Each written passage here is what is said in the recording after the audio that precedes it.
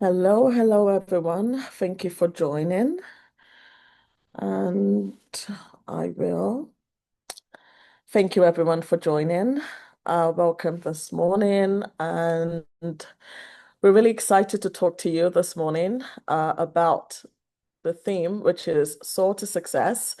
And we're just getting started.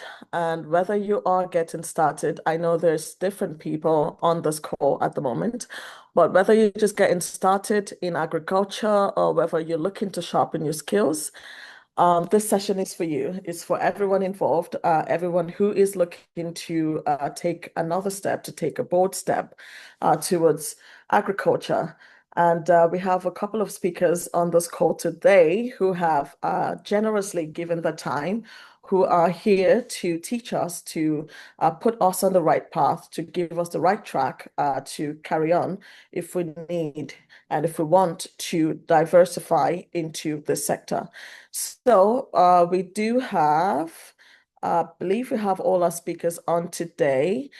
We will start off with Mr. Tega, who is the CEO, and he will be talking about his mission and how he started off with this. And we will also proceed with the other speakers we have on today, who are just a moment here, just to make sure we have everyone on call.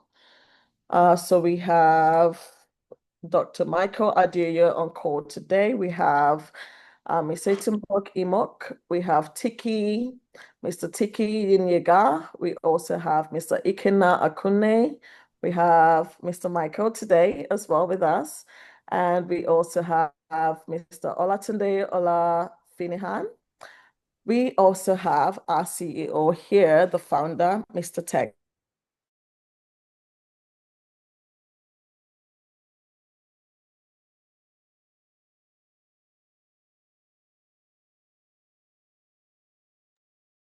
My apologies. I realize I've been talking and my mic was on mute. Can everyone hear me now? Yes, we can hear you. Lovely. So welcome again, once again, to this webinar. Thank you so much, everyone, for your time and for choosing to participate in this webinar today. So we have a couple of our speakers already on call with us today, which is exciting. So whether you're just starting off in agriculture or whether you're already an expert or whether you need advice, it is for everyone. This webinar is for everyone. So if you need expertise, advice, you have experts on this call today, on this webinar, who will be ready to give you tips, to give you advice, to give you recommendations on the best things to do, the best layouts to take when starting a business. So we do have a couple of our speakers with us today already on call. We have Dr. Michael Adeoye. We have Ms. Etimbok Imok. We have Mr. Tiki Iniega, who is the CEO of Tiki Fish Farms and Smokehouse. We also have Mr. Ikena Akune. We have Michael, who is the product owner, who will also be taking us through this as well. So I will be passing the mic to Mr. Tega, who will take us and give us a brief as well on the mission of this webinar, on the mission of AgroPadi and on what we are set out to do, the vision of this. So, Mr. Tega, on to you. Yeah, thank you very much, for supporting and leading this conversation. Hello, everyone. My name is Tega Timiano. I'm the founder of MyAgroPadi.com. MyAgroPadi.com, as some of you may not know, the meaning behind the name is in Nigeria, if someone is your friend, you say that person is my paddy. And my agro-paddy simply means my agriculture friend. We realize that in a world where, especially in a country like Nigeria, where we have problem with food security, youth unemployment, issues with our forex, and also issue with a lack of productivity in a country blessed with very, very productive young people enthusiastic, passionate, intelligent, but also we have very fertile land. We have no reason as a country, not just Nigeria, but across Africa, to be hungry or to be poor. We are blessed beyond measure, with not just with the mineral resource on the ground, but also our soil is rich.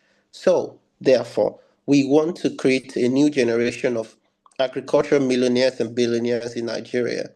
We want to create a future where young people can own agricultural business, can support themselves. We had a golden generation before we found oil or before we explored it in Nigeria, where Nigeria had the pyramids, rice pyramids in Sokoto in the north. We had successful cocoa businesses. The first um, skyscraper that was ever built in Africa was built in the the western part of Nigeria, out of the funds that came out of the cocoa business. We can have a future where we create self-sustaining uh, society where we can feed ourselves, we can educate ourselves, and we can become great, not just through oil or through tech, but also through agriculture. So this is the passion. This is what we're trying to push in Nigeria. So AgroPad is not just a business; it's a social enterprise. It's a revolution that we want to be pioneered by young people in Nigeria. We are creating a business where as a business, we are supporting young people through giving them access to land, to funding, to training, to technology, and also giving them access to off takers if they decide to go into agriculture. The agricultural food chain is vast. There's opportunities everywhere, and we kicking off these conversations by bringing in the right people in and around the country to come and talk about their success examples, and also people who are experts to teach us how can we get involved in agriculture. So this is we're going to be having a series of conversation, and this is the beginning of that. So thank you so much, and I hope you enjoy this conversation, and I hope I haven't taken too much time speaking. I'm not one of the speakers, so I'll hand it back to Dev. Thanks a lot, and yes, thanks to the speakers who have given us their time this morning. I know it's a busy Thursday to come and speak to us. We really appreciate your time, and we hope that you enjoy yourself talking to us and the young people today. Thank you very much, Delph. Thank you very much, Mr. Tega. And according to our agenda on here, we have next Mr. Michael Adeoye, who is the finance facilitator for the NERSO. And we are going to be listening to him talk about now how to secure funding and grants in agribusiness. So we know that it can sometimes be challenging to have finance. For example, you want to start a business, you want to go into or diversify into the sector, but finance is a challenge. How do you go about that? How do you navigate that aspect? Let's listen to Dr. Michael Adeoye with his expertise to teach us on this now. Mr. Dr. Michael, please go ahead. Good morning, good afternoon, and good evening. I want to welcome everybody to this webinar today. Sorry, I greeted good morning, good afternoon, and good evening because I know the people are in different locations in the world, so I don't know which part of the world you are joining from. I want to first of all appreciate the organizer of this webinar. I know I talk a lot with Mr. Tega, and every time we speak, I realize the passion and the drive to empower our youth, particularly through agribusiness. I'm happy to be here, and I'm not going to teach, just like Dave said. I'm only going to share my experience, particularly our experience in NASA, as to how we assist the youth specifically, but in general, assist agribusiness owners to facilitate funding and also de-risk the agribusiness. I'm very happy about the team, Soil to Success. Yeah, Soil to Success, because I believe that everybody in this world lives on the soil. I don't feel there's any aquatic human being amongst us. And I also believe that everybody wants to be wealthy. So it's a topic that is well coined, soil to success. There is a lot that we can get. It's also my 100% belief that everybody needs to eat. And food cannot just fall from the sky. It has to come from somewhere. And part of where the food comes from is the soil. So we'll be sharing our experience in NASA, how we have been able to assist in facilitating finance for agribusinesses all over the world, and also de-risk it. If you check, you realize that one particular challenge facing agribusiness is finance. It cut across all the aspects, the value chains, whether you are into primary production or you are into processing, you need finances. And that was why NASA was created. So I will be very specific on what NASA has done in terms of achievement of its mandate. But I will narrow it down to the youth, because from the passion I've seen from the organizer, they have passion for youth, and the youth are the majority part of the population around this part of the world. I know the participant might not be from Nigeria alone, but because of my location, I might be talking more on Nigeria. So on the screen, you can see the content of what we'll be talking about today. Unfortunately, I think I was given about 15 minutes, but 15 minutes is not even enough to talk about NASA, talk less of talking about the various activities that relates to youth. But I will try as much as possible to manage my time because of other presenters. So the next slide is just to quickly tell us about NISA, because I don't know how many people are very familiar with the concept NISA, but during COVID, precisely, you will be hearing a lot about NISA, COVID loan, and co. I think I'll take this time and this opportunity to explain. NASA is an institution created by the Central Bank of Nigeria. And the main mandate is to de-risk and facilitate finance into agribusiness. Because prior to now, a lot of founders believe that agribusiness is very risky. Risky in the sense that there are several value chains in agribusiness. There is the primary production where you cannot even predict to an extent what you will get as yield. There is the processing, which is the value addition part, which is a little bit less risky. But typically, when you say agribusiness, people's mind go to just primary production. And before now, banks, funders, investment companies, development finance institutions, they find it very difficult to open their balance sheet to fund it. They would rather fund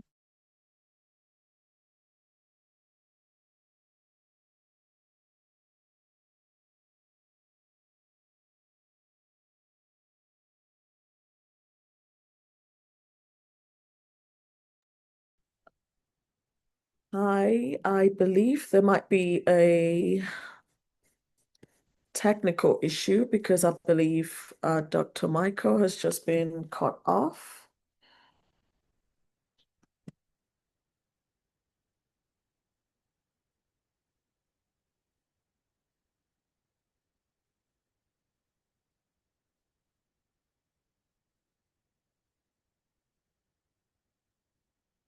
Dr. Michael?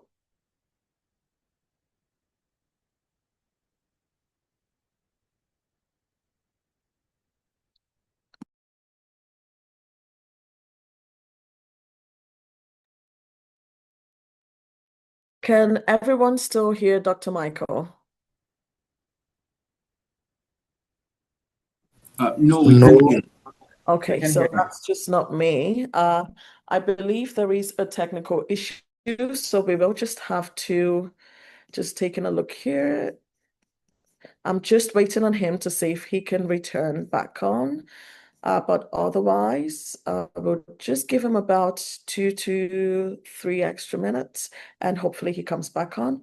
Or we might have to move. He will take his turn again, and we might have to move on to the next speaker. So let's just give him about 2 to 3 minutes to come back on. Thank you very much.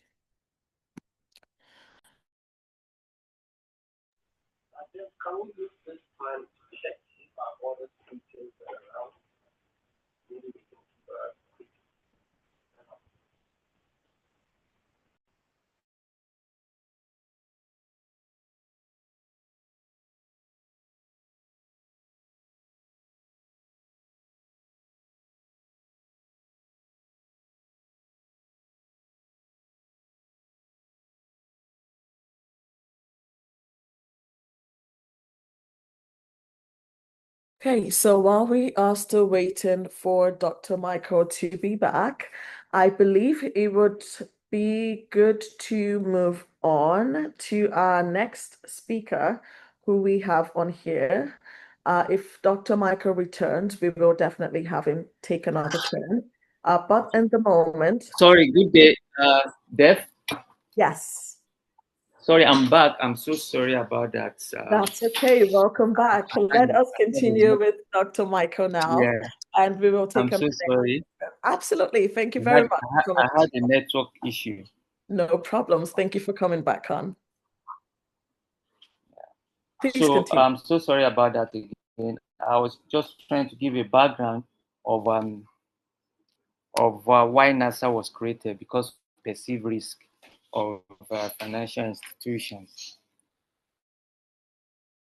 We were created by the Central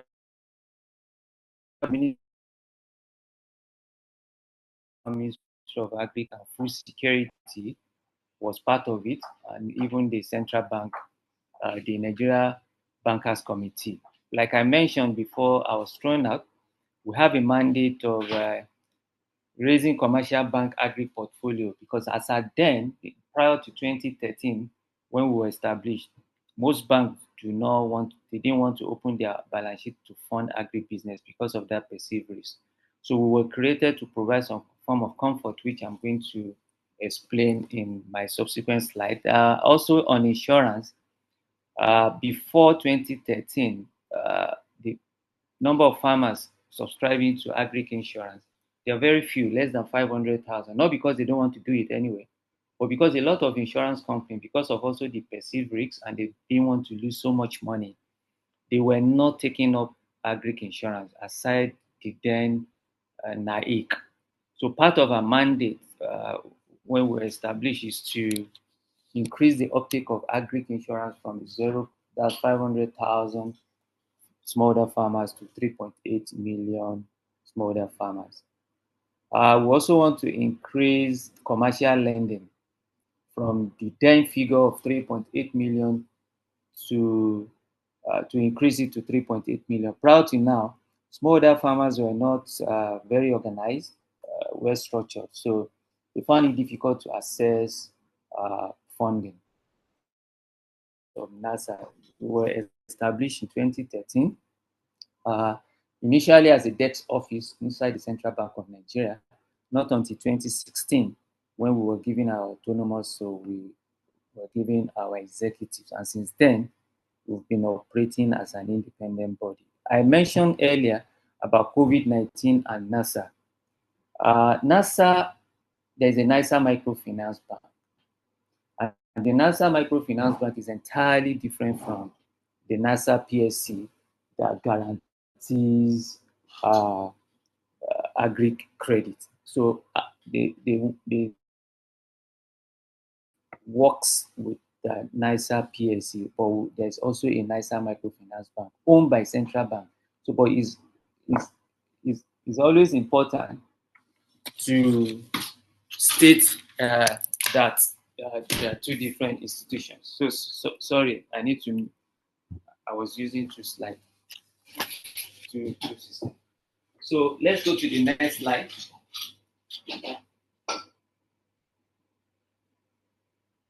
Can we go to the next slide? So talking about NISA, we operate under 4 pillars. And the first pillar is the risk sharing system. Under the risk sharing, we were given a 500 million as seed capital. And the essence is to enable us to be able to share risk with commercial banks. So out of the $500 million, we allocated $300 million for the risk sharing in order to provide comfort to financiers. And there's another $30 million that was allocated as insurance pillar. Why do we do that? Because as you're talking about agri, you'll also be talking about providing comfort for unforeseen situations. So we have $30 million that we're using to develop innovative insurance products. Then on technical assistance, we also have 60 million allocated for technical assistance because there is need to develop the capacity of agribusiness owners. There's need to develop the capacity of agribusiness owners because, like I mentioned when I started, part of why a lot of banks do not want to finance agri is because the players, some of the agribusiness owners were not well structured. And I'm sure that's part of why AgroPadi is here today to organize youths to develop their capacity in order for them to be able to have access to finance and other skill that they can use to succeed in making wealth for themselves from the soil. And the last pillar is the incentive and ratings. The essence of this is to encourage agribusiness funders and stakeholders to participate more in agribusiness. For example, we have a lot of banks in Nigeria, but not all the banks are funding agri. So we want a situation where with the seed capital of about $110 million, we can encourage more funders to open up their balance sheet. Then we now appraise them at the end of the year. We do the appraisal of the counterparties, we do the appraisal of stakeholders, the other agribusiness owners, and on that basis, we incentivize them, which comes in different forms. It can be in form of training, can be in form of giving a little token to develop their agribusiness decks and co. So those are the 4 pillars that under which we operate, and we use our 500 million seed capital. It's good to note that NISA is not being funded by subvention. We are funded from 2013 with that seed capital, and it is with the seed capital that we are guaranteeing loan. We are developing capacity of stakeholders. We are developing innovative insurance products, which you will see after some time.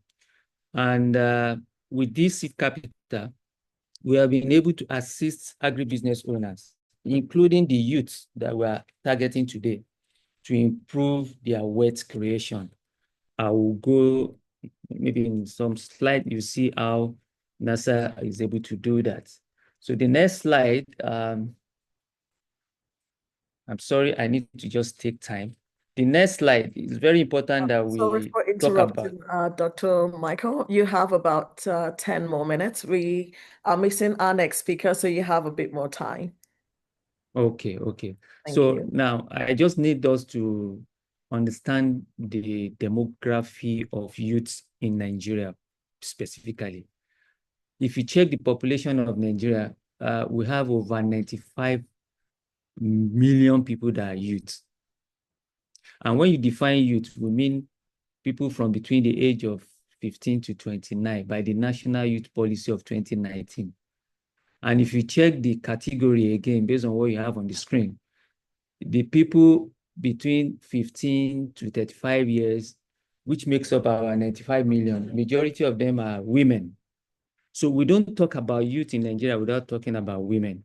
So a lot of my discussion today will revolves around both male and female, and particularly women in agribusiness. So this is just to show you that we need to pay attention to our youth, because if you have over 95 million people either unemployed or underemployed, then you are sitting on a gun of a pot of gunpowder.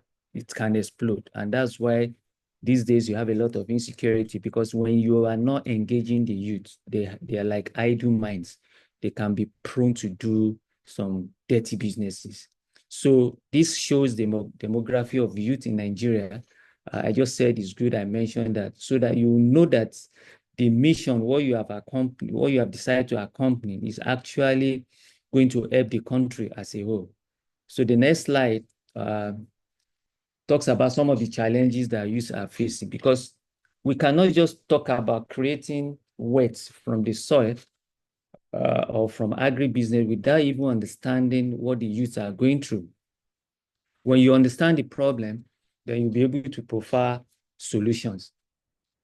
The youth around this part of the world are faced with these challenges, especially when it comes to agribusiness. And one of them is the limited access to credit. I've talked about it. When you go to a typical bank, they will ask you for a house, they'll ask you for, God forbid, somebody's graveyard to be able to access money, which is wrong. The banks in Nigeria should be able to trigger the economy by providing cheap funds for agribusiness, particularly knowing that agribusiness is the bedrock of industrialization. You cannot do anything without agri. Check all the raw materials that you need for industrialization. They are all from the soil, both soil and water. So this limited access has been a problem in Nigeria. We also have discrimination by financial institutions. By the time a 50-year-old or a 60-year-old guy enters a bank and says, I need loan, the way the bank will approach it is quite different when a 15-year-old, very intelligent working guy walks into a bank. So it's a big challenge for youth around this part of the world. Then the high interest rate.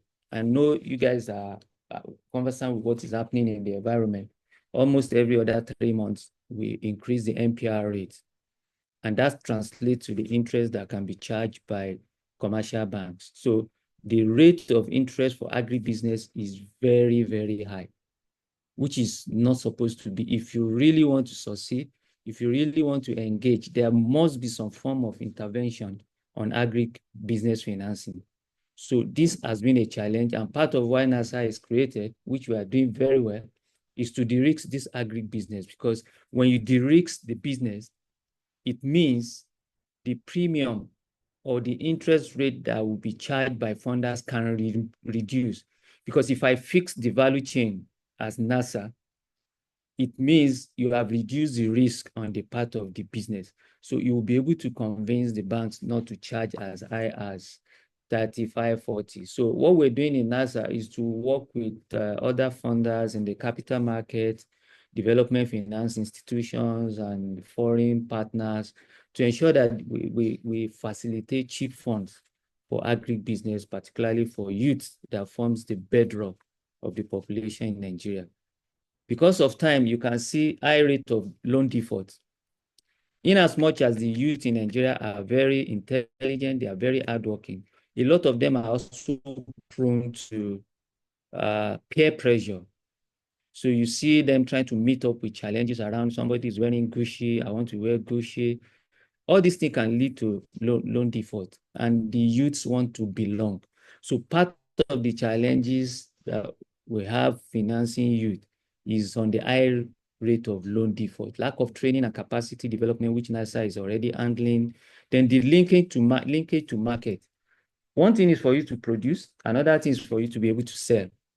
So what NISA is doing right now is to provide confirmed markets for our businesses. So we have what we call mapping to market. So we don't really provide guarantee to stakeholders without confirmed market, because the market determines the success of your project, because you already have offtake. So next slide, I've been able to mention some of the challenges faced by youths in agribusiness, but what are we doing? NASA needs to help to create wealth for youth through the soil. based on the theme of this webinar today. And what has NASA been doing? And how is NASA doing it? First and foremost, I spoke about high interest rates because mainly maybe most of the funds are coming from deposit money banks. And you know, the deposit money banks are regulated and they work based on an MPR. They need to add insurance premium by the time they ask their operational expenses.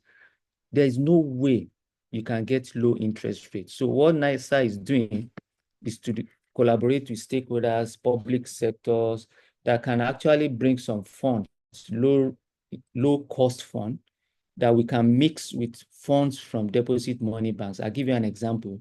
We, at some point, were able to facilitate funding from SMEDAN, Small and Medium Enterprise Development Agency in Nigeria, at a very low cost, almost zero cost, which was co-funded by another bank. I will not mention the name of the bank.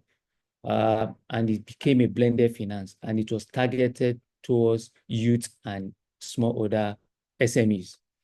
If you agree with me that if I can get a zero rate interest fund, join with maybe another 30% funds from deposit money banks, the consolidated or the average rate will be like about 15.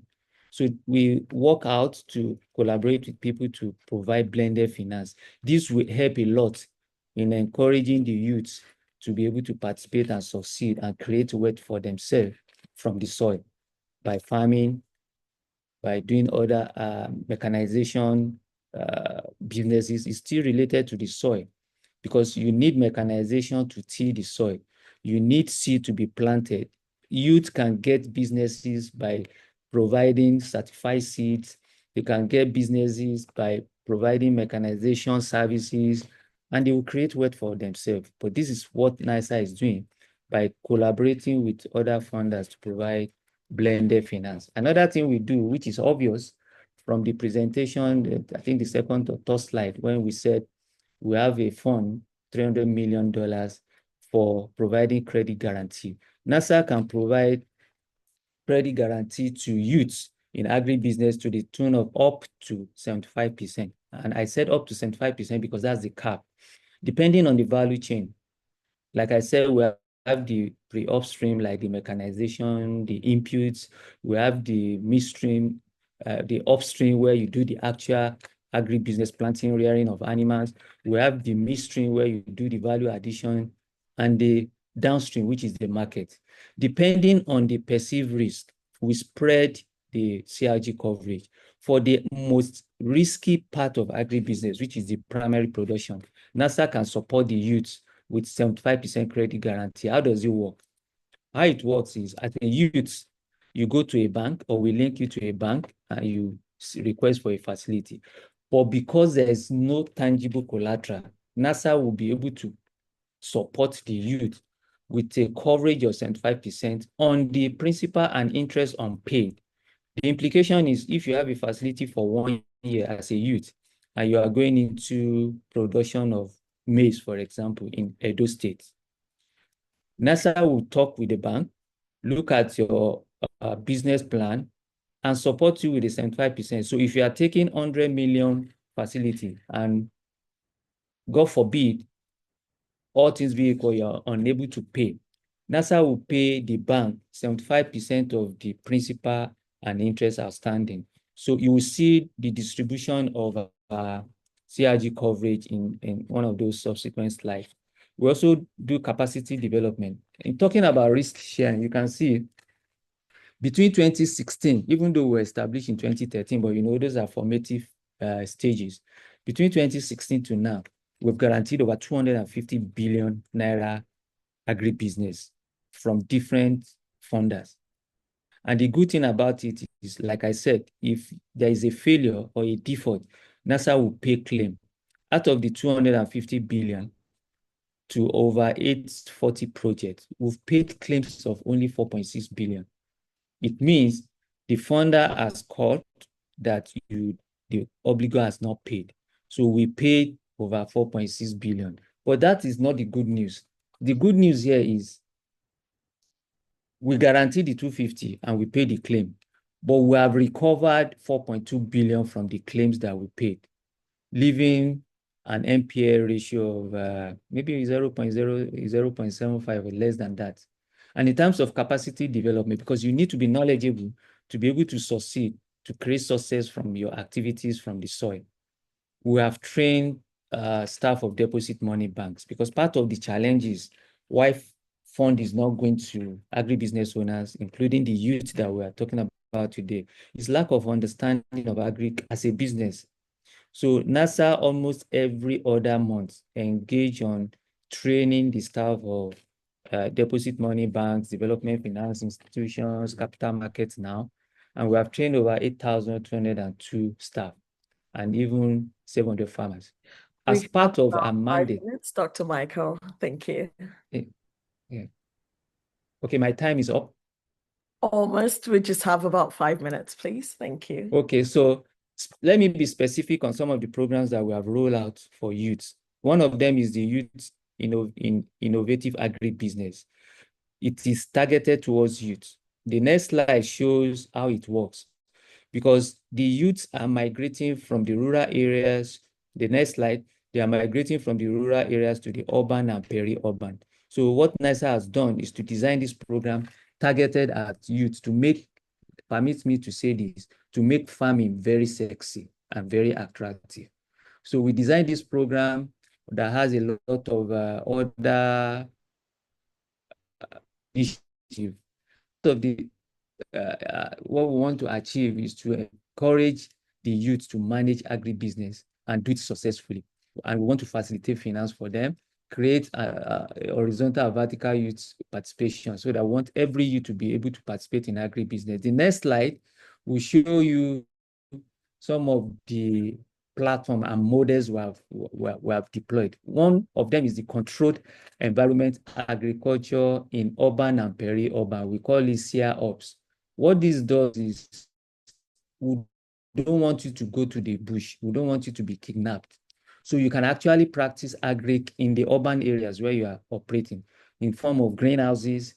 We have hydroponic. So NASA can teach you how to operate a greenhouse. You can just put a greenhouse near your house and you grow vegetable all year round in a controlled environment. And we also have this NASA student knowledge to enterprise. What we do here is to go to universities, target 400 and 500 level students of agriculture, engineering, veterinary, medicine, and co, and we teach them how to carry out agribusiness. Next slide. To run now, and I'm going to round up. The next slide is on how does this NISA Youth in Innovative Agri aligns with the Sustainable Development Goals. You can see on the Sustainable Development Goal, we say no poverty, zero hunger, and most importantly, good jobs and economic growth. So we are out to support the youth to achieve these good jobs and economic growth by facilitating finance, de-risking their businesses, and also creating market for them. Next slide. This slide is also talking about, next slide, about this, just to explain the landscape, that one that has to do with engaging 400 and 500 level students of the university. Next slide. These are the objective of the landscape, which has to do with targeting. We want to literally reduce unemployment, because if we tackle you at the 400 and 500 level in how to do agribusiness, you come out maybe being self-employed. I just gave a figure of the youth that are unemployed, causing a lot of insecurity all around. The next slide is on the framework of the landscape. We have institutional support. We do student capacity building and student extension. We use some of those students as extension workers. So they are already doing practical aspect of the theoretical engagement in the classes. So this is what landscape can do for the youth. In terms of our offerings, I've talked about the credit guarantee, which is a support. But in addition to the credit guarantees instrument that we have, we also encourage people to have rebates, and it's called interest drawback. If you have paid your loan as and when due, you are entitled to an interest rebate of up to 40%. It means it will encourage the youth to repay their loan, because you can only benefit when you have repaid. Two, it will also reduce your interest rate. If the bank is charging you 30, and you know that when you pay as and when due, NASA will refund you directly, then it will reduce your interest rate. Those are some of our offerings. These are I can send this slide to the participant after. These are the percentages of CRG cover we issue depending on the kind of business activities you are having. You can see that the primary production and mechanization, which you want to improve or encourage, as the highest. Then logistic that has assets, because if you are buying customized vehicles, youths can actually buy customized vehicles to move vegetables from Kano to Lagos, for example. They can get money to make crates, because in Lagos, you cannot move tomatoes to Lagos with basket anymore. So there's business opportunity for youths to get funding and create and manufacture crates to move vegetables from the northern part of Nigeria to the southern part. This is a distribution of our CRG. The next slide only shows other things that we do and the achievements. I mentioned the claims. You can see our non-performing loan is 0.5.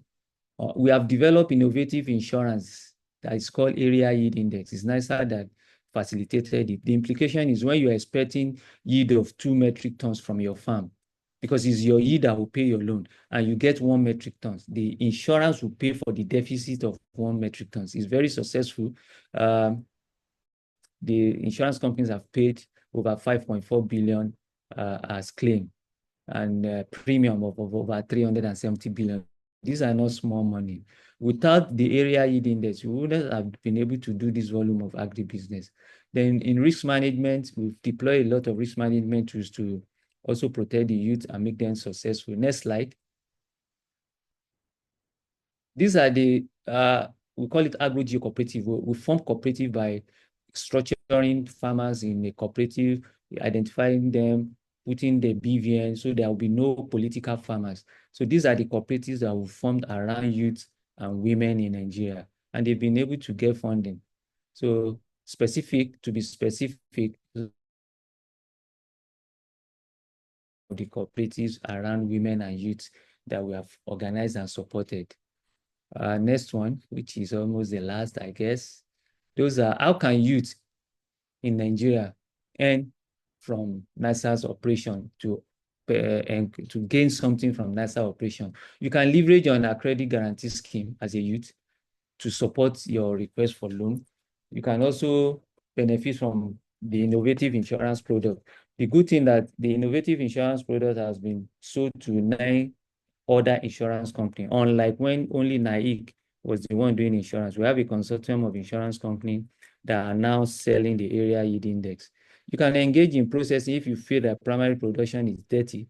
You can engage in processing as a youth and in logistics, which will benefit you, and it can create wealth for you. We also have trainings, different trainings. We just concluded a round of training on export, how to handle export, engage export, how to do your letter of credit, to do the shipping documentation. And you can also participate as one of the cooperative members that we have formed that will facilitate finance for. I think because of time, I had to rush, but I would have loved to explain some of these concepts so that the youth can understand. But we are open.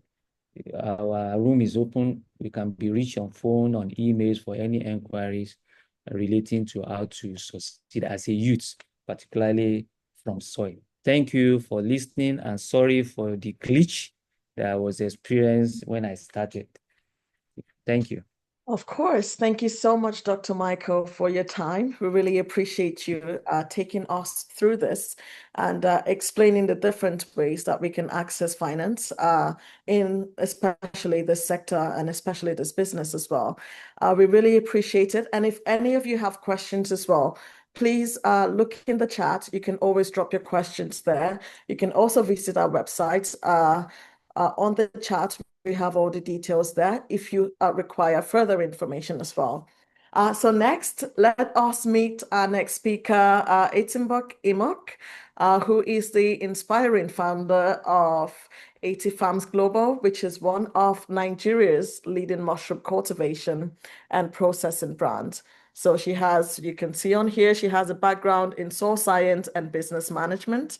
And this is obviously very vital to this. She's passionate about climate smart businesses, agriculture, and healthy living. So let us listen to her, give her experience, and as well tell us about how she's grown this big, how she's got into this. So let's listen to her speak now. Please carry on.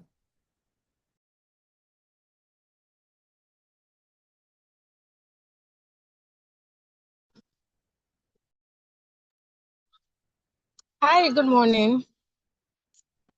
Good morning and welcome.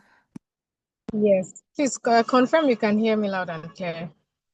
Yes, we can hear you loud and clear. Okay, so sorry. I have to do this in a very informal space because I'm on my way to an event. Good morning, everyone on the call. I'm happy to be here. I think the profile says it all. It would be just too much to start saying a whole lot, but I'll just go straight into the topic of the day. My name is Etienne Bukimok. I'm the founder of Eti Farms Global, and I think we see ourselves as that one-stop shop for mushrooms. We are just transforming mushrooms from that rare delicacy into a staple on every table. Now, speaking to the topic of the day, how you can create wealth from soil and at the end of the day get that product to the market, because just as the last speaker said, I think market is everything. I think production should be market driven, right? And whatever you're producing at the end of the day, it should be able to get to the consumer, right? It should be able to get to the consumer in good time and in great quality. So how do you target your product such that once it is ready for sales, it ends up in a platform or on a platform that many eyes can see? So by the use of the word supermarket, right, we're not just um, speaking to just supermarkets. We're talking about e-commerce platforms. We're talking about organized market structures, farmers markets, where you can have a lot more people see your produce. Now, first off is to produce whatever you're doing at the highest of qualities, right? Because if once you're taking it out of the farm, out of the comfort of your farm to presenting it to supermarkets in quotes, the product has to be of best quality, right? If not, they won't even answer you. So whether it be tomatoes, whether it be sweet corn, or products that have been processed, right, into value-added product, it has to be of great quality, right? So once you have gotten to that point where your product is of great quality, the first thing you should consider is NAFDAC. Now, apart from things that like fresh produce that do not need NAFDAC to get into the shelves of supermarkets, once you've added value to that product, for instance, I grow mushrooms. So once I process the mushrooms from fresh state to dried state, I don't need to add anything as long as I've dried it. So think of, ugu, dehydrated bitter leaf. As long as you've done something to it and you have, branded it into a product that has value addition to it, it definitely needs NAFDAC. So now, also depending on the site, right? You may not need NAFDAC. So if it is maybe an e-commerce site or a farmer's market, right? You may not need NAFDAC, but it definitely has to be well packaged. But if you're looking at conventional supermarkets, it has to be NAFDAC certified. Now, when we started out, when we didn't have NAFDAC, what we did was some of the supermarkets, we went to their farmers markets, right? So some supermarkets have farmers markets where products that are not overly processed or do not have NAFDAC but are of great quality are being sold. So you can also explore the option of going to the farmers markets as axis of any supermarket. Now, that being said, apart from NAFDAC, you definitely need a barcode, right? Just as, when you go to shop, they actually have to scan a particular part of a product to, get the price of that product. So your product has to have that barcode. And that is what definitely would be used to enter in your product in the supermarkets system. Now, there are different types of barcode, the complicated ones, the simple ones. So there is what is called blank barcodes, which is very green business friendly. You don't need to do something high tech. Blank barcode works perfectly well in the country and outside of the country. So I'll be happy to share more information on that just so we don't waste time. So if you have a product that you feel is of good quality and standard, you can chat me after now, and then we'll talk about how to get barcodes for your product. So that is one. Your product has to have barcodes. So you can even have barcodes without NAFDAC, and supermarkets will be happy to try it out in their farmers market, right? So that is the next one. So the third thing to look out for is go around. Now, talking about conventional supermarkets, you need to go around and have a conversation with this supermarket. One of the easiest way to do this, just so you don't get burned out as a growing business, is approaching supermarkets that have chain stores, right? So supermarkets like Jendol has more than one branch. So if you speak with and get approval from a central system, you're sure that you would automatically have your product in. I think they're up to eight now, eight branches. You'll be sure your product already would be in a premium supermarket with eight branches. So there is Super Saver. So I'm speaking to Lagos. Sorry if you're not in Lagos. So I'm just making instances. There are other supermarkets in your area. Just look at where is that supermarket that has more than one branch that would give me advantage just so I don't burn out. Some would accept a central delivery, then they actually send it to diverse locations, while others, even though you get an acceptance from a spot, they will tell you to go around other branches to do the supply. But if you don't go out, you won't get all this information, right? But for instance, general, once you get your acceptance in one point of their supermarket, you can walk, for the first supply, you'd have to walk around and introduce yourself to the managers to make the supply. But subsequently, you can simply drop it at their warehouse, and that saves you a lot of stress. So there are also different supermarkets. So there is Globus, there's Temple Hill, there's Super Saver, there's Prince Ebano, there's ShopRite, though personally I'm not in ShopRite for reasons best known to me. So those are the things to look out for. Supermarkets that have more than one branches, such that once you are accepted, it's easy for your product to go into different locations. And then very importantly is ask for their payment criteria. Ask for their payment criteria, right? You don't want to be supplying your products to these places and then you're not getting paid. It is very, very important, right? Different supermarkets have different payment plan, so there is 2 weeks, there is 30 days, some have 60 days, some even have 6 months, right? You don't want to be a growing business and have your products even when it's sold. So it's, some would say, oh, SOR, they'll pay you as your goods is being sold, while others, even when your goods is being sold, they would raise order for more supply without paying for the one that has been sold.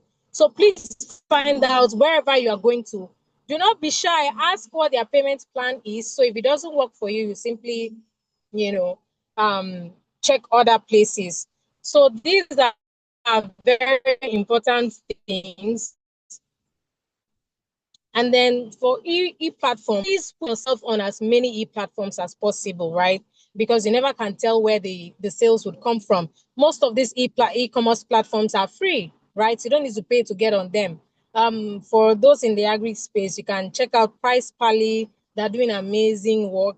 There's Price Pally. In fact, there are so many. You can just browse for e-commerce platforms or e-platforms for agri specific, right? And just put your products there, as long as maybe you're not spending so much to get your products on them. You can try that out for yourselves. And then there is farmers markets. Please explore that option. Farmers markets, depending on your locality, right? There are so many farmers markets that once they are sure that your processing is hygienically done, You don't need to have NAFDAC, right? If the product is not overly processed, you can have your products on their shelf, and it just makes it easy for you. So these are the few points I would like to share. If the organizers are okay, I'd like to share my contacts in the comments after now, so you can reach out if you need further clarifications. But I would love to end this at this point. Thank you so much for having me. Thank you so much, Etimborg, for your time. I know you have other engagements, but you took your time out to participate in this webinar, and we are so grateful to that. Thank you so much for sharing your experience and also the tips as well, which is some as putting yourself on e-commerce websites, farmers markets, basically put yourself out there, show yourself as much as you can. Because as most people would say, a closed mouth is a closed destiny, right? So you want to ensure that your business is out there, your brand is out there, people can resonate, people know what you're about, people know what you're selling, people know what your business is about. So you want to ensure you have those. Thank you so much for sharing that. And again, if you have any other questions, please look in the chat as well. Drop your questions in the chat. She will also drop her details in the chat so that if you have further questions or you need to get in touch as well, you have the expert here for you. So let us move on to our next speaker. We have Ikena Akune. So he is a down-to-earth. Unfortunately, we had our previous speaker, Tiki, who was late, will not be joining us today, I believe, but he sent his apologies. So let us hear from Ikena Akune, who is a down-to-earth agribusiness coach and marketing specialist. And he's all about helping farmers and young entrepreneurs grow. And he, with a background in sales and marketing research, he is passionate about community development. What else would you need aside that? So, innovation in agriculture, giving people the tools and confidence they need to move forward and thrive. Let's hear from him and how he started growing small, growing strong, and how it's progressed. Let's hear his insights. Please go ahead, Ikena. Just for a second there. I want to say we're going to take some questions at the end. Okay. Good morning, everybody. Good morning, good afternoon, wherever we are. Yeah. My name is Iken Akune, and I'm very, very happy and excited to be here this morning to share a topic that is very, very dear to me. In fact, when I saw this topic, I was very excited. Start small, grow strong, empowering young farmers to build structured agribusiness. This is a topic that is very, very dear to me, and it's one that I've been pursuing passionately for the past 5 years. I'm sorry, I will not be able to, I won't be able to submit slides or even use my video because I was called out to work this morning and I had to obey. And network is very bad here. So in order so that I will not escape or disappear, like our first speaker, I think I will just continue this way if I'm permitted. I hope that's okay with all of us. All right, please go ahead. Okay, thank you very much. Yeah, so since I'm permitted. Okay, let me give a brief background so that we'll know where I'm coming from and we'll understand why starting small and growing strong is a very, very passionate topic for me. It's one I could talk of for the next 4 or 5 hours, but I have just 15 minutes, so let's see what we can do. My journey into agriculture started in the year 2000, that is 25 years ago. My mom went out one day, came back, and she brought in 5 chicks from these guys that do brood and sell, and said she just saw them, she loved them, and she was like, let's see what we can do with them. I said, okay. We had a BQ where we're living. We lived in Omole in Lagos, and we got wood shavings, put the chicks in there, started feeding them, watering them. We were learning with the 5 of them. We lost one, but within 6 months, they were grown and they were ready for market. And it looked like a very, very interesting thing. I said, okay, let's move on to buying them at day old. And we bought a carton and we bought broilers this time and we continued. And then I watched that small operation grow within 5 years from just those 5 birds to a 3,000 layer farm. It was quite an impressive feat for us, but we were growing and we're learning along the way. In 2012, when we had already moved from our former place to a residential area that was still growing when we were farming, but because of poultry and the smells and everything, as the area started growing, people were complaining and we had to now shut down the poultry operation there. And she now thought, okay, what do we do? And she was like, okay, let's pivot to pig farming, because she heard about pig farming and it looked like something she could also do. And so in 2012, we started pig farming. Personally, I never even set out to be a full-time farmer. Me, I read management and I always loved doing business and doing any other thing. But because of I had been grounded in, at least my formative years were spent doing agriculture, I said, okay, I was involved in it.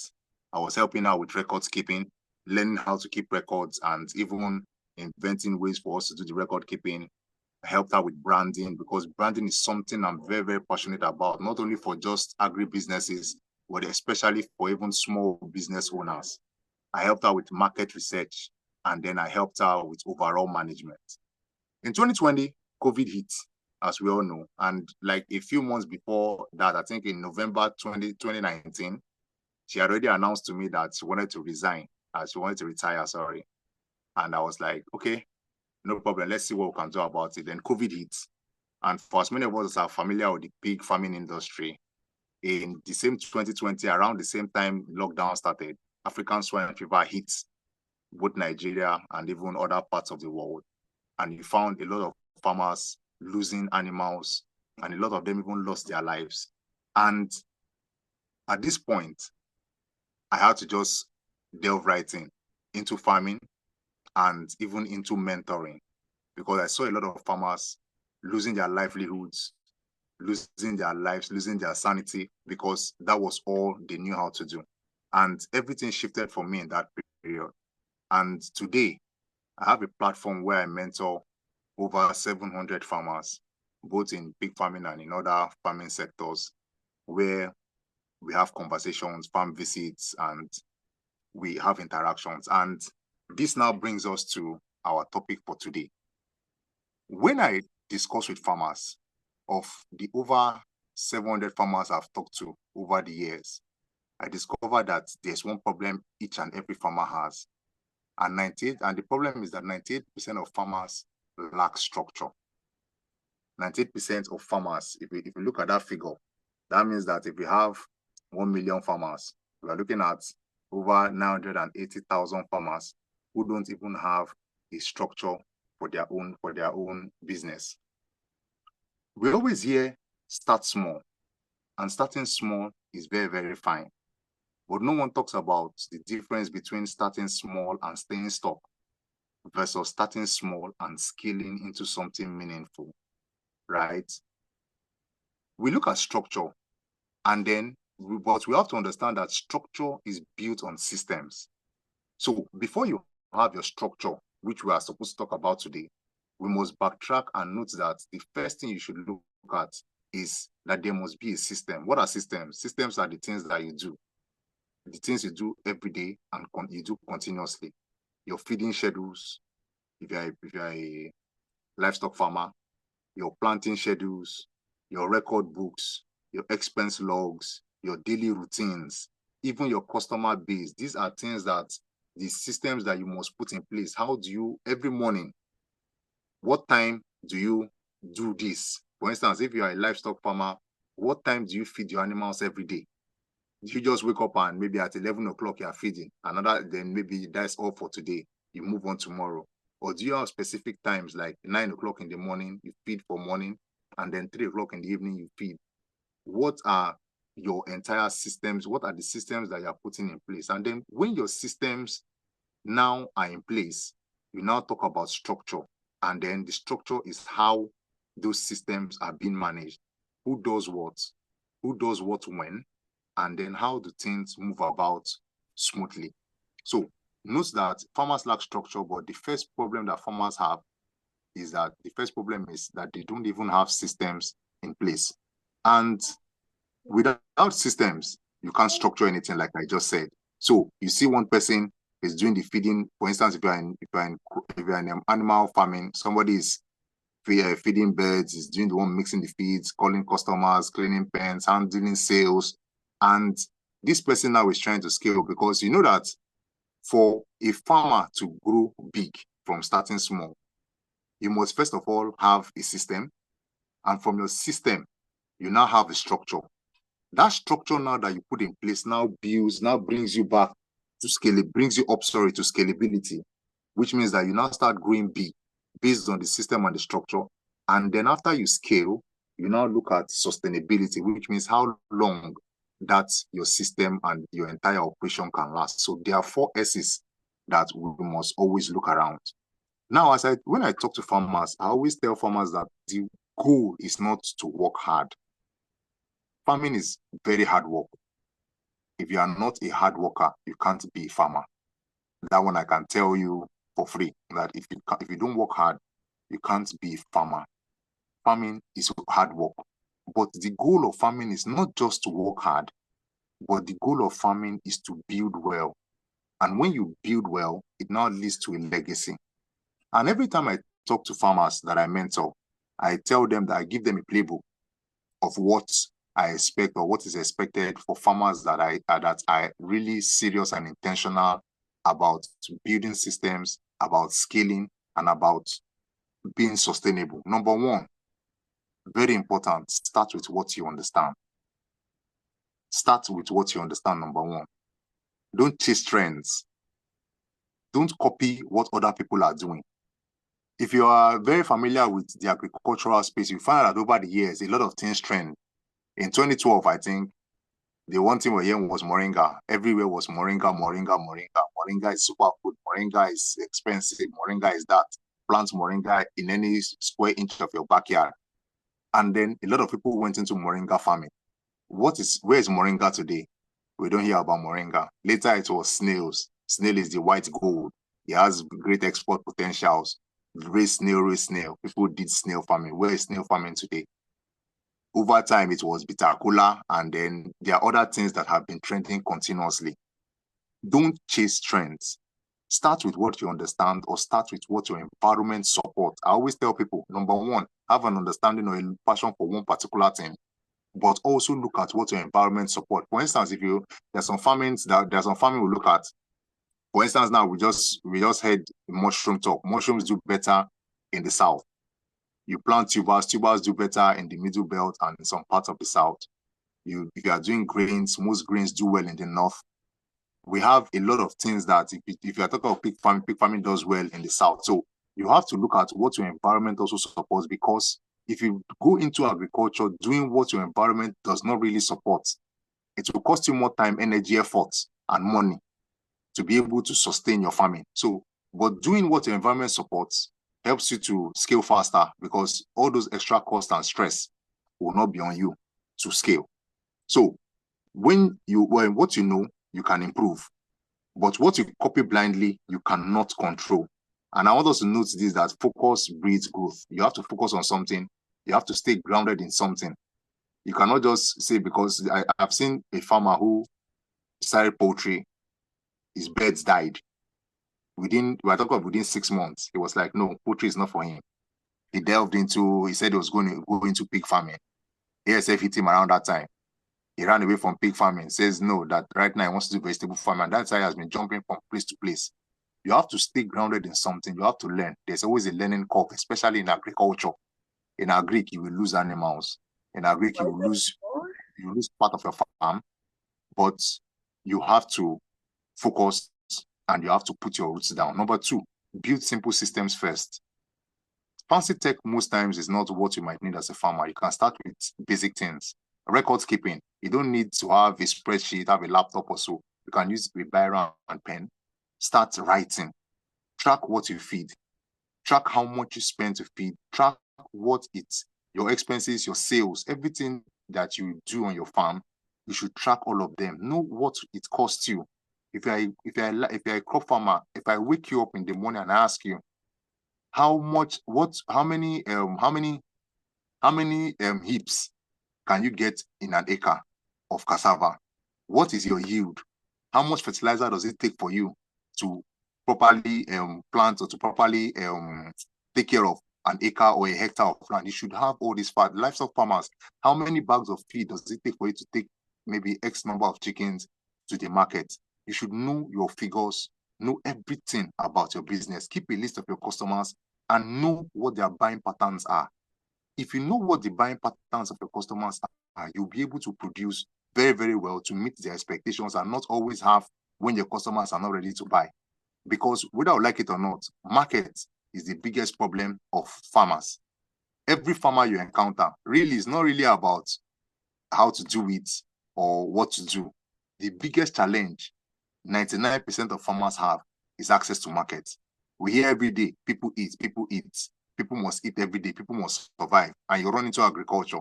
When you now plant or when you now rear, it comes to time for selling. The people that they are saying everybody must eat, everybody must eat, you don't see them again. So market is very, very important for you as a farmer.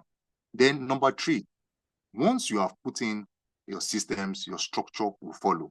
Assign rules, delegate, teach others what they should do, and don't always micromanage. That's how you begin to free yourself from every other unnecessary thing and step into the role of leadership. Because it is in the role of a leader that you are going to be able to scale, and then you'll be able to plan sustainability because it's a step-by-step and it's a time-bound thing, right? Then number 4, run yourself like a CEO. Even if you are the only one on your farm right now, you are the CEO. So act like one. Set your goals. As a farmer, your farming is a business. It's no more, it should not be a hobby. Set your goals, weekly goals, monthly goals, quarterly goals, annual goals. What do you want from your farm by period? Number 2, know your numbers, like I said before, not rough numbers, but precise numbers. My farming, I can tell you how much it costs for me to raise birds, to raise my pigs, to even for my vegetable farm, how much herbicides, pesticides, or whatever I'm going to need, how much fertilizer I'm going to need to be able to turn them out to market, what yield I'm expecting. I know my numbers. Understand your market, know who buys what, when they buy it, and why do they buy. Because understanding why they buy will help you to pattern yourself to ensure that you don't lose them to your competitors or to other people who are doing the same thing you are doing, and then show up when others are, whether people are there seeing you, whether people who are cheering for you or not. Show up consistently. You need discipline. Then number 5, have a clear growth path. You should ask yourself, where are you going with this farming you are doing, this particular thing you are doing? Where are you going?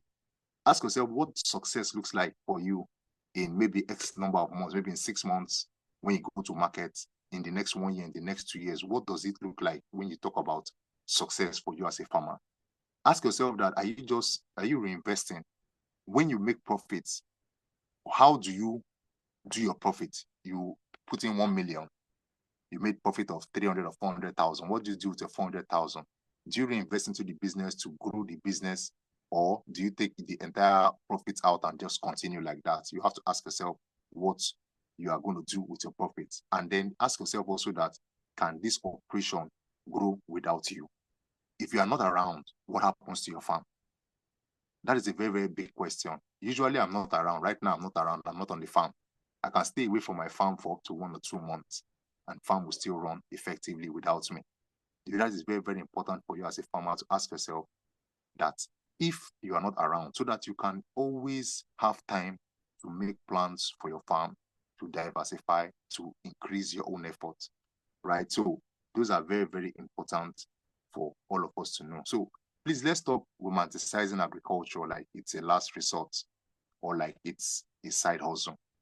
Agriculture should not be a last resort. You have looked for work, you have tried to help yourself, you did not see anything. Now, let me just go to farm because I think that is the only thing I can do. No, agriculture is business, and agriculture is very, very serious business.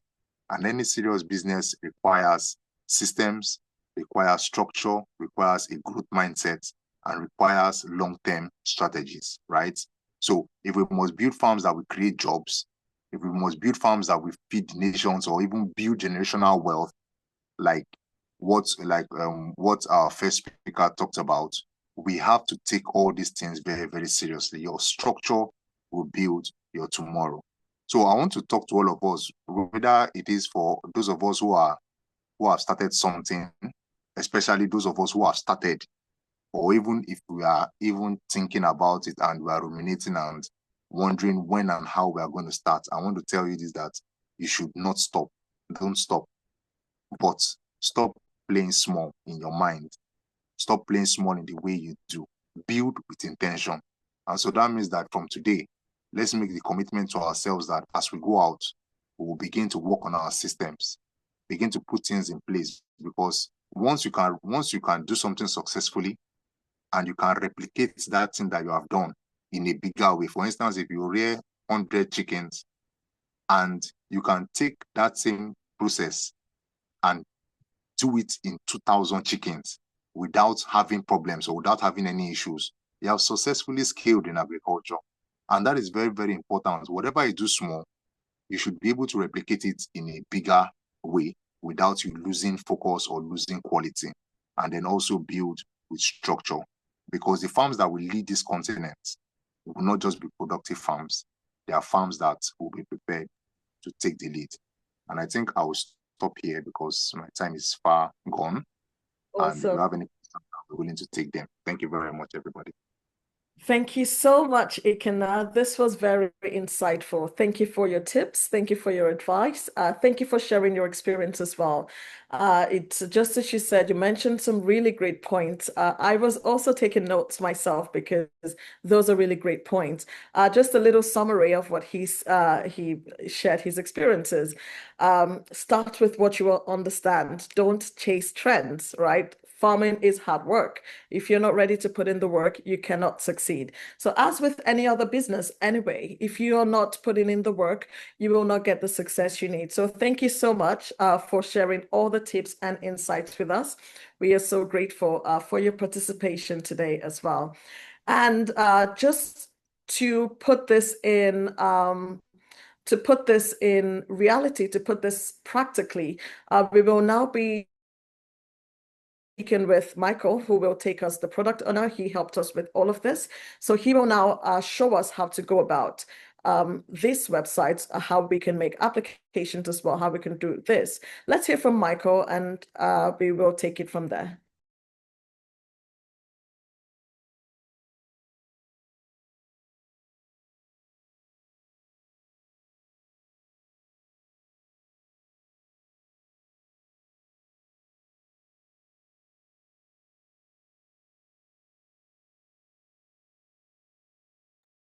Is Michael on the call with us? Can you hear me? Sorry, I think I just had a slight glitch. Yes, we can hear you now. Please carry on. Great. Thank you so much, everyone, for being here today. And big thank you to all the speakers that have spoken before now. I've learned so much in such a short time. Thank you so much. Thank you, Dr. Michael, Ms. Etimbok, and Mr. Aikena. Thank you so much. So I'm just going to talk briefly about AgroPadi. All right. I think I should share my ability. Okay, all right. Okay, all right. I'm just going to talk briefly about AgroPadi. So, we know that youth unemployment, rural poverty, and chronic food insecurity is a thing in Nigeria. I mean, as of today, youth unemployment stands at over 33%. Right. And we also know that smallholder farmers produce over 70% of Nigeria's food, yet they remain trapped in subsistence cycles due to declining productivity, bad agronomic practices, limited.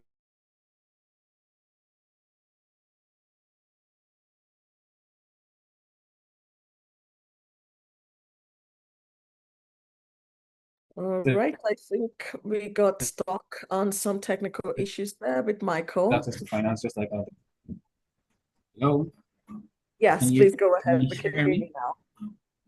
Okay, all right. Yes, so now AgroPadi AgroPadi has come up with a solution to all of these things, right?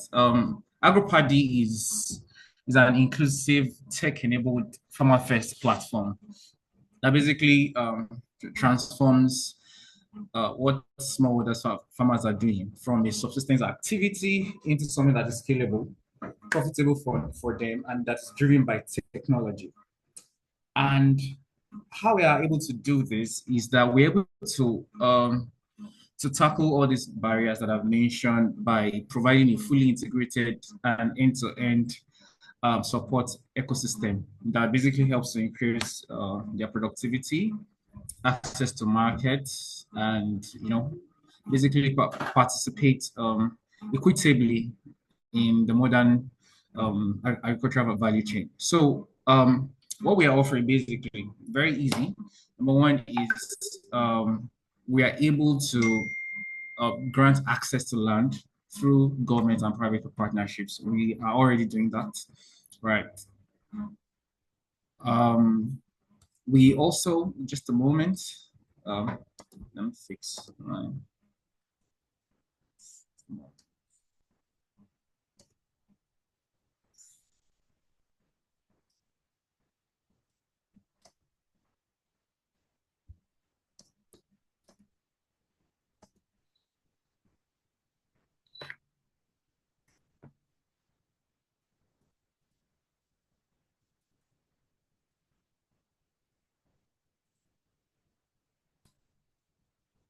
Okay.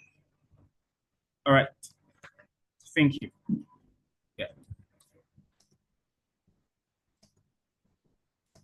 All right. So we are granting access to land through government and private partnerships, right? We are also providing capacity building and mentorship on climate smart agriculture and agribusiness. So how we're doing this is that we are providing practical training, right?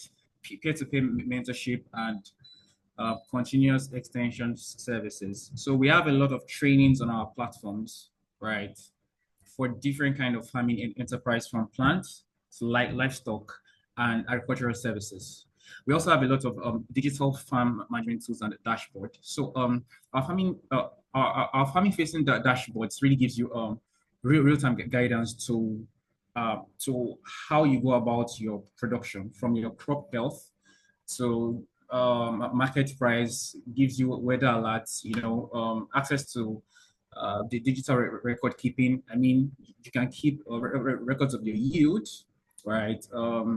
Records of your sales, and it basically, gives you lots of uh, data to make data-driven decision as a farmer, right? Another thing, very critical thing that we do is market linkages, right? Basically, as of today, there is no platform that actually offers agricultural, sorry, digital market linkages for agricultural products, and we are glad to actually be championing this particular thing. So yes, AgroPadi aggregates for farmers produce and negotiates directly with off-takers, processors, and retailers, and basically secures a guaranteed market and a fair pricing for farmers, right? And this could, of course, potentially reduce their post-harvest losses and etc. Now, the cake on the icing is the revenue sharing model. We have a very, very fair revenue sharing model, right? We ensure that farmers are able to retain 70% of their profits, while AgroPadi reinvest 30% back into the platform operations, farmer services, and support for the farmers. This actually makes our model very, very financially sustainable and aligned with the farmer's success. So what makes us very distinct is our systems change approach. So we don't work in isolation, right? We are able to leverage and integrate into existing state programs, right? Different state governments, the federal government, what Nestle is doing, etc. Right? And so, in summary, this is what AgroPadi is about. AgroPadi is able to, we are able to bring in onboard farmers into our platforms, right? And into our platform, and basically give them everything that they need to become very, very profitable and very successful within a very short period of time. We have about minutes, I Michael. think Just so that I we think can that on basically everyone's. ends my session. Hello, can you still Yes, hear me? we can, but we have about 3 minutes, and we would like the audience to see how the platform works and how we can help them. Oh, okay, yes, great, great. Yeah, so yeah, can you just scroll to the top? All right, so yeah, so this is the point where you actually register as a farmer. You can either register as a young aspiring farmer, or you have a land already and you want to join the program, or you want to mentor young people. Because of course, like I said earlier, one of the major things you're doing is mentorship, right? Trainings, a lot of trainings going on here. Please, can you can you scroll? Can you scroll back down?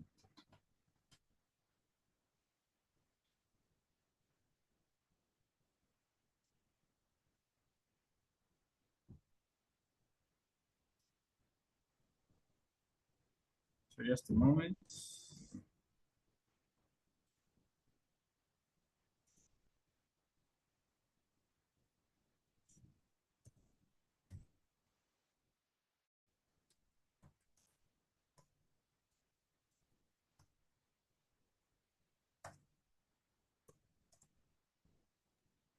I think that's it for now. Yeah. All right. Um, okay, I think really that's it for now. I don't know, for some reason this is not coming up as it should. So thank you very much. Thank you, everyone. No worries at all. Thank you very much.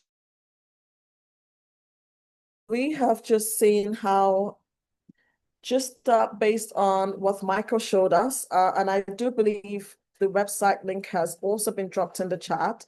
So if you have any questions or if you need further information on how this website helps farmers and how you can be a part of this, how you can benefit from this, please visit the link on here on the screen, as you can see. And if you have any questions, please do not hesitate to, you can either use the form response, or you could message one of us to have that question answered or to have your inquiry attended to. So let us move on. Right now, we do have, all right, we have on here from Soul to Skill, we have Mr. Olatunde Olamifihan, a tech-savvy agricultural innovator who will be talking to us today about using technology to solve real farming challenges. And he joined us on the call today with experience leading projects like MTN's cattle tracking initiative and supporting cashew hybrid planting. So a lot of us have heard of cashew planting, cashew farming as well. He supports that hybrid planting. He also blends traditional knowledge, which is what most of us are known, we know, as well as modern techniques as well, which are passed down from his dad, he mentioned, who was an animal husbandry expert with modern tech solutions. And he works closely with farmers and young people, helping to boost productivity and sustainability across Nigeria's agribusiness space. So let's listen to him share his experience with us, and we see how we can benefit. Thank you very much, Mr. Olatunde. Please proceed. All right. Good afternoon, everybody. How it's been an interesting couple of minutes listening to all the speakers, and I sure believe we've gained a lot from what they've spoken about. So just to do a quick dive, um, we're talking about technology at this point. Yeah, you've heard about how to access finance. We heard about how to scale your farming, how to starting small. So basically we're looking at the content and opportunity that you have with respect to farming um today. So basically my basic questions will be, how do you empower the Nigerian youth to get interested in agriculture? How do we get them to love agriculture? Also, what do we see as a role of technology in achieving this? Um, Sorry, can I share my slide? Do I have access to share my slide? Absolutely. They will help with that, and you should have If I time could just, to share your slide. if I just forward it to Adi, just a minute.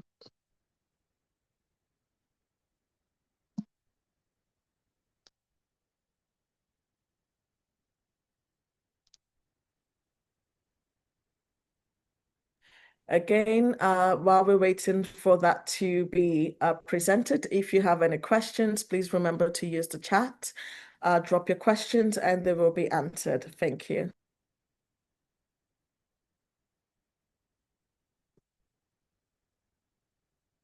Um, okay, I'd forwarded it to Adi. I think that might be a bit easier than just going around it. So I'll just go ahead. Hope And she's we able have to do that. 5 minutes left on this call. Yeah, so hope she's able, so I don't take much of her time. So basically, like everybody has said, agriculture today empowers or employs about 35% of Nigerian youth. That aside the fact that we've got about 33% youth unemployed in the country at the moment, which is a bit of a journey when you look at what exactly is happening. But that aside, the fact that agriculture can empower 35% youth means that we have productivity that is lagging behind demand. We have huge demand for a lot of things in Nigeria today that are not being accessible. Also, we've got rising mobile penetration, which creates fertile ground for digital intervention. So today, you've got technology being implemented in different spaces, which is one good thing that makes a whole lot of change within the agri space today, unlike what used to be uh, in previous years. Also, there's a fact that young farmers are being empowered so that we're creating food security, livelihood, and economic growth across the country, which is what really Nigeria needs. And that's what AgroPadi is speaking to today, to ensure that youths are interested in farming and old youth and get them to that through that journey of farming, producing farm produce, getting it to the people that need it and seeing how it makes sense. What are the key challenges we have today? You have limited access to modern inputs and agronomic data. We have high post-harvest losses. We have quite about between 40 and 60% post-harvest losses due to logistics and several other factors. You can imagine how many tomatoes get bad after being harvested before they get into the market. That's aside the ones that we see in the market today. We also have the difficulty in securing finances and market linkages. Um, Thankfully, Nisral are just giving us input on how we can access those kind of finance. And for anybody joining MyAgroPadi, you will be able to get access to that. Also have low digital literacy amongst the youth and infrastructure gaps in rural areas. From all that we've said today, you actually can do your farming not in the core areas, core rural areas anymore. You could do it somewhere a lot being within the modern cities and urban areas. There's a talk by Walt Disney. It says the way to get started is to quit talking and begin doing. So, question is, we've had lots of talk in and around, but now it's just time to do. Now, for me, next slide. We're looking at technology enablers, which is what you'll be getting if you join a Grow Party. You have mobile apps, SMS services that come off my Agro Party app. That gives you insight into weather forecast, best practice tips, input ordering, getting your seedlings, getting crops, getting advices, getting mentors. So you get a lot of benefits which you can get from technology, which is part of what will make a difference in what you want to do. Technology today will make you not to be like farmers in the olden days that just plant, farm, and are looking for harvest to be able to make a yield out of it.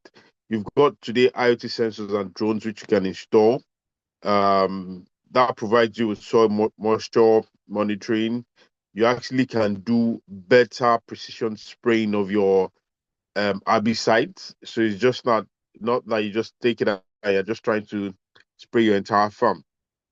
You've got early pest detection as well, coming off this technology tools. Now with the AgroPadi platform, you actually can access buyers of your produce. So you've got the direct buyer seller connection. You also have some form of transparent pricing, so it's easier for you to sell your goods. You've got digital finance, microloans, which is accessible, as Nistral said. There's peer-to-peer lending. There's a lot in terms of what you can get to be able to get that on board. And part of a success story that you've had in Nigeria, next slide, please. Part of a success story we've had in Nigeria recently is Farm Crowdy, which was able to pull funds together from different people, investors, and had a youth-led farm. You also have Tribe Agric, which is doing fantastically well in that space. You've got Agro. So you've got a couple of success stories in and around, which shows that agriculture can actually become a mainstay, um, like and can become what you really need, what can move you from where you are to where you need to go to, especially when you look at students who are in school, you actually can pick this up and make it a mainstay. So you're not looking for work when you graduate. So you can actually look at how to make things work.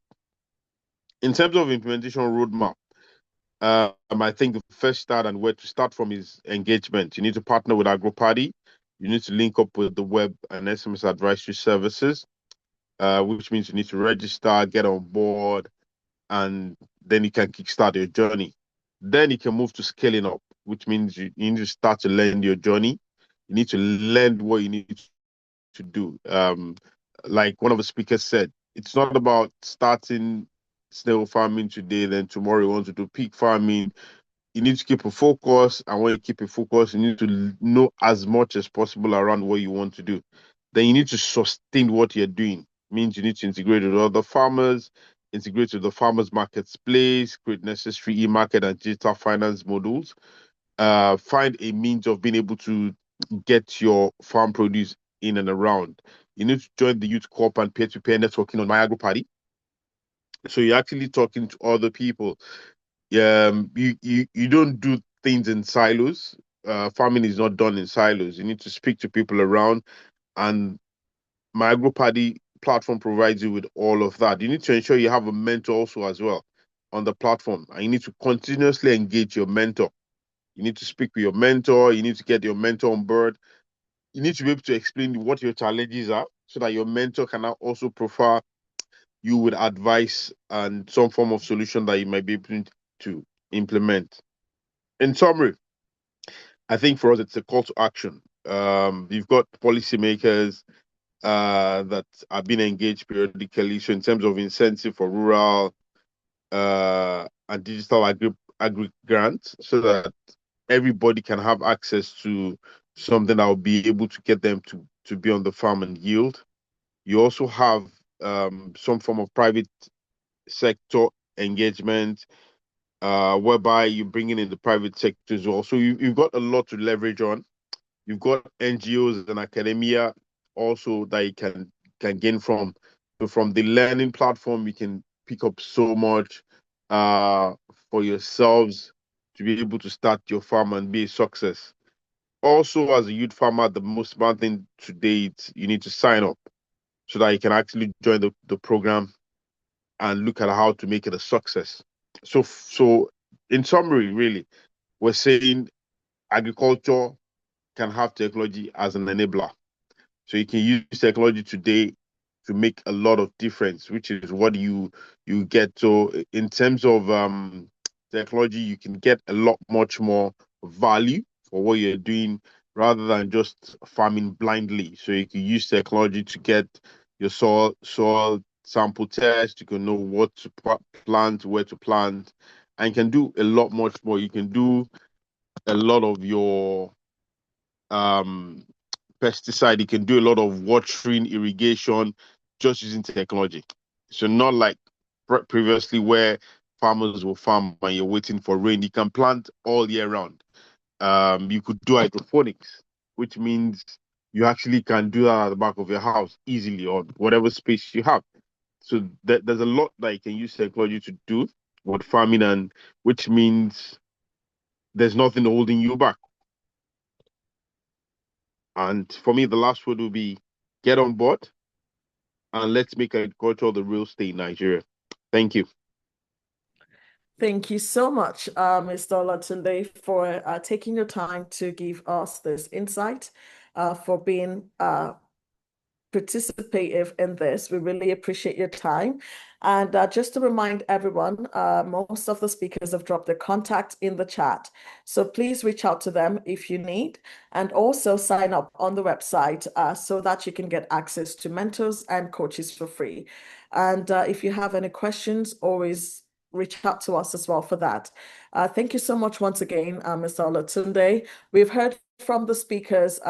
You've also heard about the pig farming, you've heard mushrooms, you've also heard the liquid gold as well. Mr. Olatunde touched on, even with his experience as well in cashew farming as well, hybrid farming, modern tech solutions. So we realize that things are constantly changing.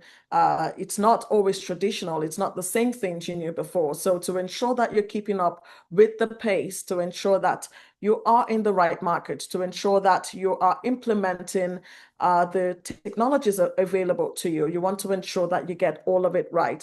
And of course, you have mentors on this website, on this platform available to you. And guess what? It's for free. These are things that you would normally pay people for, but you have those people who are willing to contribute to the economy, who are willing to contribute to your success, to your growth. So please reach out to them so that you can learn more, so that you can gain access, you can get benefits.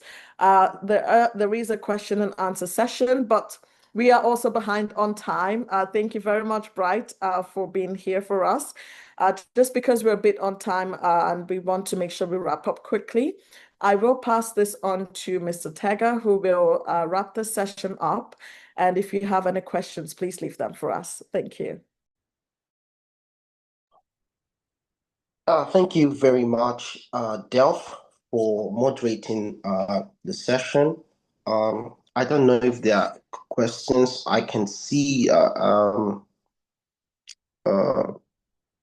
we've dealt with some of these questions on the chats, but thanks to everyone who's joined. I want to first of all thank the speakers for taking their time to come and talk to us. I think it was a wonderful session. I've learned so much myself. I'm inspired by what you've shared, and also for the attendees, everyone who's come to listen to us and listen to what we have to share. Thank you for taking out your time. We know it's a busy time of the day, and we think that we really value your time. This is the beginning of more of discussions like this. We feel like we need to discuss these things. We need to enlighten our people of the benefits of agriculture and what it can bring to our society, to Africa, to Nigeria. But also some of my friends, some of our attendees from diaspora that on this call. Thanks for joining. You could get involved in what's happening. You can get involved in farming. You could fund our farmers. We are creating a platform where you will have access to farmsteads and you can decide with the information you have, the data, how they are performing, which of them you want to fund or invest in. You can also be off takers as well.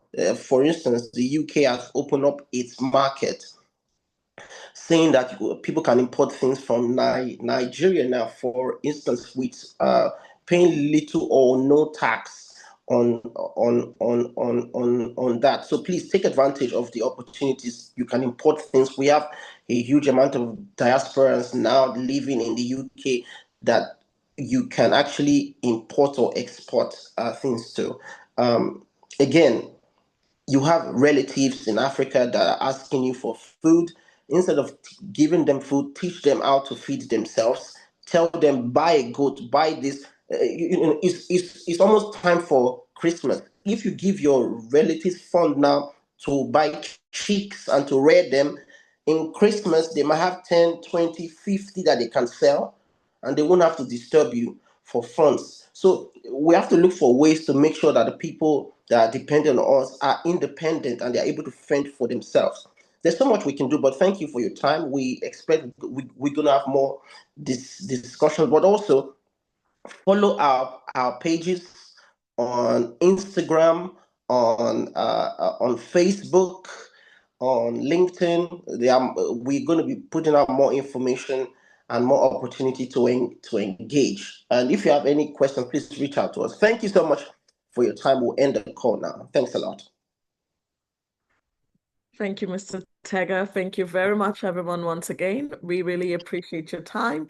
Again, just on the screen, as you can see, please visit the website. We have loads and loads of information on there for you. And just as he mentioned, you also want to make Christmas sweet for everyone, right? You want to ensure you're not being bugged or disturbed as much because you've given them the means to fish for themselves, to make their own income, to better their own life. You've set them up for growth, for success. So please, please take advantage of all the resources available to you. Most of these resources in other parts, you might have to pay for mentors, you might have to go to a coach, but you have them for free here on the platform. So please take advantage of it. Thank you once more, everyone. We will end the chat now. We'll end the meeting just because it's time up. Have a wonderful rest of your day. Thank you.